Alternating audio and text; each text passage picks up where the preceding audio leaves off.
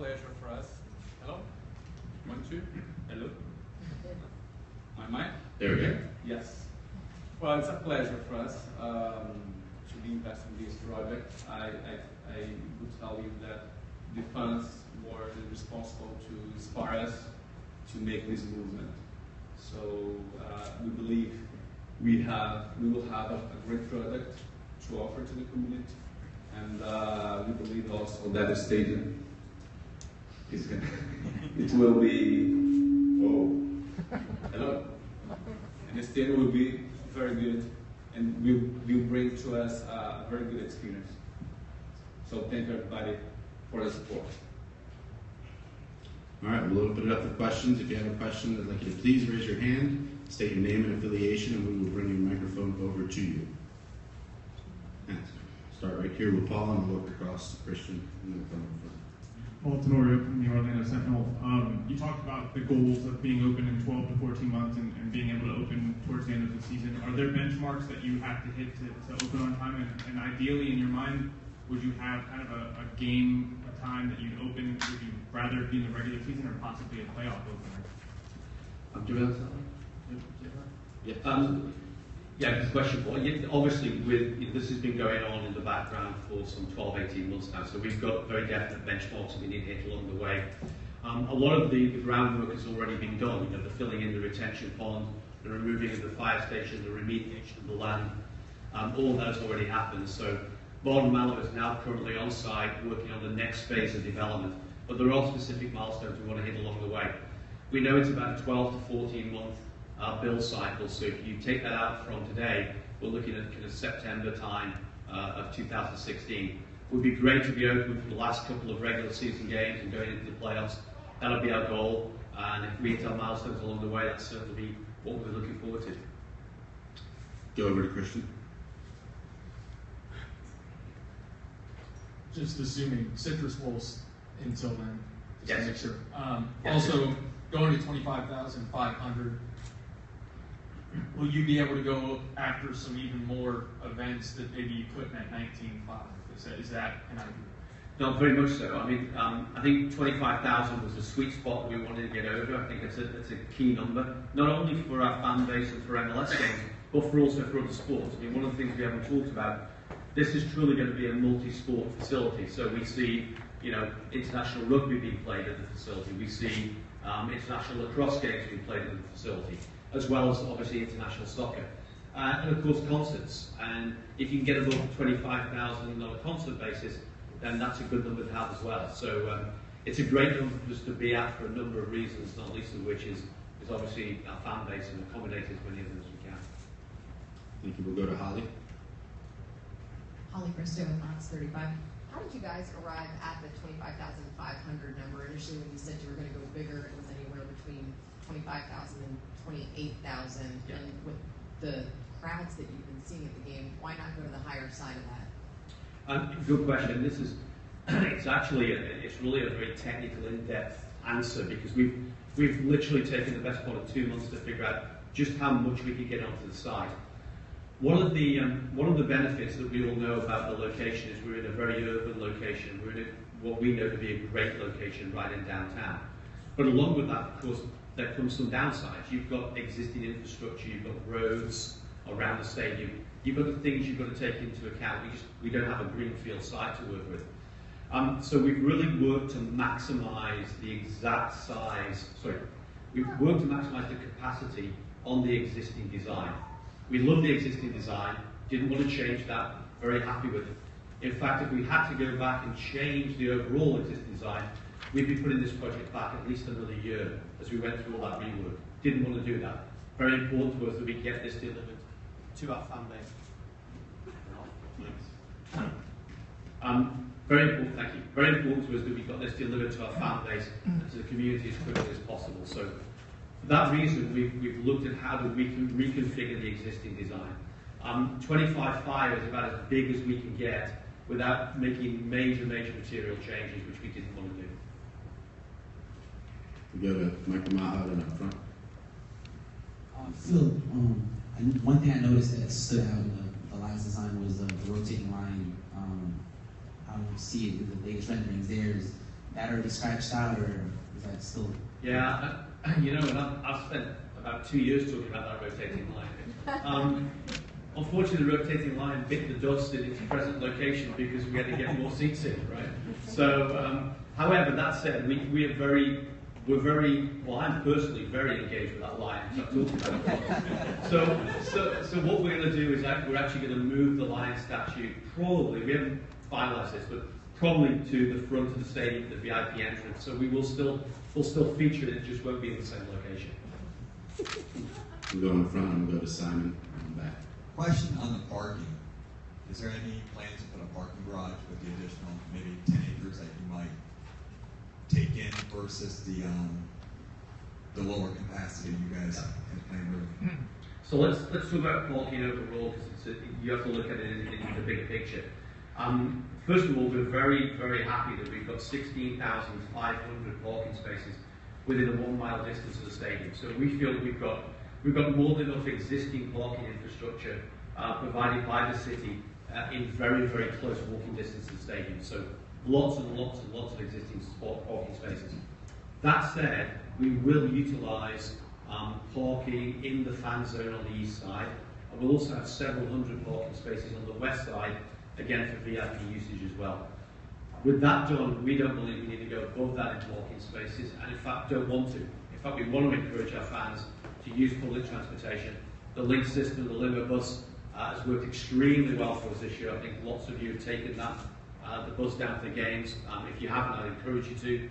It's a great service, it works very, very well. It's very, very productive for us on game days. So we have that. Of course, we have Sunrail as well, which we hope will get expanded to the weekends in the very near future.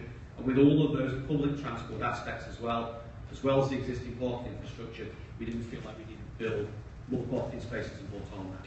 One more thing on that. On the tailgating, there's another sports team in Orlando that the fans really got upset about not having an area to tailgate.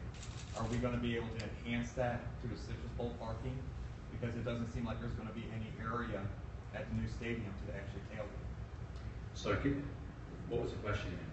Tailgating. No, what specifically, sorry? Is there going to still be tailgating prior to the game of the new stadium? Okay, there may well be, but it'll be down to where the fans want to have it. There certainly is not, we don't have the space on this particular site, never have had, to have extensive tailgating. But I'm sure the fans, the one thing I know about our fans is they're very inspirational and ingenious. So they'll find somewhere to tailgate, I'm sure. We'll go to Simon and then we'll come back over here. Hi there, it's Simon Vanessa for MLSsoccer.com. Phil, you talked about this 10 to 12 acre site adjacent being some kind of club zone or fan zone. What exactly do you have in mind for that? And is there tailgating, envisaged for that kind of area? In fact, good question, Simon. There's at this stage, it's a little early to actually define it fully. We've got some really good ideas that we've been working with Populous on, and it would be a combination of a tailgating area. It'd be an area for our sponsors, for example, to do activation. It'll be a fan zone, it'll be a fun zone. So we're working on all of those to bring together an experience, if you will, at that east entrance that'll really enhance the game day experience for our fans. We'll go right here with a question and we'll come back to the other side. Steve Barrett, Channel 9. You're running at about average 31,000 and you're building a stadium for 25.5. If that average attendance continues up until you open the stadium, how would you expect that? Then you'd see sellouts, essentially every game. How's that going to affect ticket prices?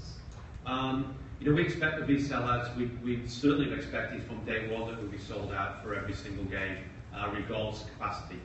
The size of the stadium at 25.5 is the maximum we can get on this particular site with the configuration. So it's what we have to run with. I don't expect there will be massive ticket price hikes. Obviously, over time, ticket prices always go up, but that's not our intent to push ticket prices up just because we have capacity there. We'll go on the far end and then the second row. Yeah, mine was a similar question in regard to 25,000 people into the stadium and the 30,000 now. How are you planning to sort of work with the 5,000 who can't get in? One of the things, Nigel, that we've sought to do always is to keep a heads of capacity above our season ticket cap. You heard me announce earlier that we've increased our season ticket cap to 18,000. it's my expectation, based on the feedback I'm getting so far from our ticket staff, that we're going to hit that 18,000 cap. But that obviously means that we've got about 7,000 roughly to play with. And that 7,000 we work between groups, day of game sales, sponsors, complimentary tickets, of course, with, like visiting teams and everybody else that you have to provide them to. So there's always a rotation through, and I would encourage the people that can't, if you like, they're on the outside right now trying to get in. My announcement to you would be today's the day that season tickets go on sale to our general public. So get a season ticket, because that is, first of all, it's the least expensive way to watch the game, and then secondly, it's the way to guarantee yourself a seat. Outside of that, then we'll keep that rotation through the building, so we keep bringing in as many fans as we can to experience the product. Just to follow up to that, do you then feel that you're leaving commercial revenue on the table by not having the stadium bigger? No, it actually comes down at the end of the day to a cost analysis and a value for money exercise. We've significantly increased the investment. In fact, Flavio has significantly increased the investment. We're now talking of a stadium that's going to be in excess of 155 million. At some point there's a break even on development versus return. So we feel very comfortable where we are. Got time for a few more questions. We'll go here. Austin David with the mainland here. Just to clarify about the field in itself, it will be a grass field, right? Yes, it will be. It will be grass. It always has been. I should have mentioned that. You're right to bring it up. It still is grass. Two more questions. We're Paul and then Holly. Kind of got a multi-part question to throw at you here.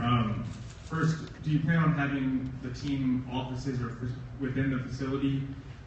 Will there still be the safe standing section like you had previously planned in the supporters side as well? Sure.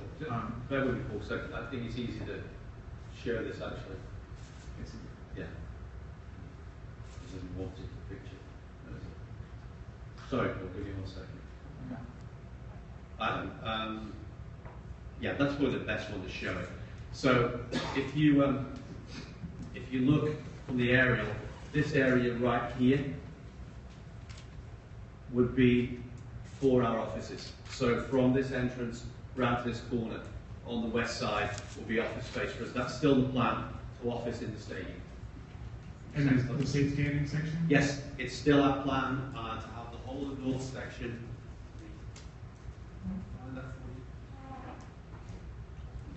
The section here, which is closest to me, so closest to us here, that picture is taken from the north stand, which would be to our knowledge anyway, the only safe standing room section in MLS. And lastly, when do you expect to start seeing, I guess the best way to put it is the kind of the skeleton of the stadium going up, the steel coming out? Is David here from Guatemala? David, yeah, cool. Because that's a technical question. I would say Thursday, but I'll be wrong. David, can you give us maybe a little bit of insight to that? When will we see steel coming out of the ground? It's going to be a few months away. It's end of the year, beginning of next year. We do have a steel subcontractor on the contract right now, so they're on the way. They're drawing drawings, and we're looking forward to getting into fabrication. But we need a few months in the ground here to pave the way for that. But a few months from now, we'll dial into more specifics here as we can kind of move along the next few weeks. Great. I was going to say David Price from Guatemala is the general contractor. Thanks, David. And we'll have our last question here from Holly. Remember, we're going to do some ones outside, or on the left here with the renderings of the facility. I guess I can piggyback off that last question. We saw the fences around the property coming down yesterday afternoon. What's the next thing that we can really see that fans will notice, like, hey, this is really happening? Want to go again, David? Going to get a mic, please. We should have you up here. We've got an Yeah, so we're getting going with fencing. There's going to be some underground utilities. It's not going to be the bright and glitzy construction for a few months while we're in the ground. Really, when you'll start seeing things go vertical is when the steel's set. So that's going to be the significant milestone. But just a lot of work that we need to do in the ground to get the utilities ready, foundations in. Steel will be the significant impact, and again, more details on the specifics of that timing will follow here in the next few weeks as we get going. So I think without being too specific, but I think in my big construction mindset, I think we have to go down first before we go up, right? we have to dig out the foundations before we go vertical with steel. You're right on that, Phil. Construction expert. And just to, if I could just piggyback on some of the details with that, in the announcement that we'll be putting out shortly, there's some stats on the construction material. We have 4,800 tons of steel that will be used in construction, along with 1,000 tons of rebar.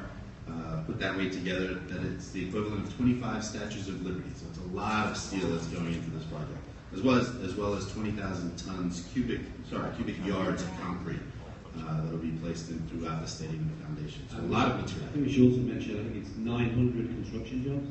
Correct, yes. 900 construction jobs and economic impact as well of approximately $1 million.